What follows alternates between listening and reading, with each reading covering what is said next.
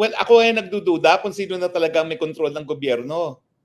Kasi yun na nga February of last year, tinrace ko sa internet, miski i-type nyo dyan, PBBM, we do not need charter change on economic provisions. Lalabas yan. Talagang sinabi niya, it is not a priority. I remember that.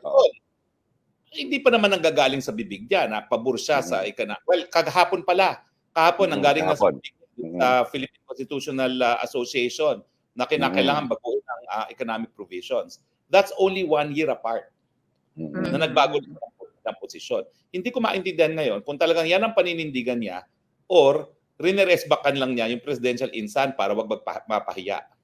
Dahil the Court of Public Opinion is against it. Pero anong dahilan na nagbago na naman siya ng posisyon dyan? Diba? Bakit natin hindi na kailangan? At without charter change naman, we are the second fastest growing economy in Asia in 2022. So tama yung sabi niya na hindi niya kinakailangan baguhin ang economic provisions, di ba? So anong nangyari? Bakit nagbago na naman siya? Can you expound a little bit, sir, dito sa sinasabi mo lang, just a line, sabi mo kanina, nagtataka ka na kung sino ba talaga ang nagkokontrol ng gobyerno? Who else could be? Anong nasa isip mo, Sik?